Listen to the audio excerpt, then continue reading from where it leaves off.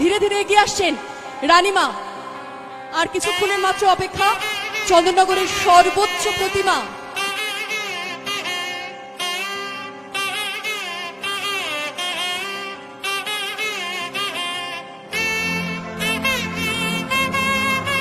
মাথার পুজো বলে যে পুজো বিখ্যাত, সেই রানীমা।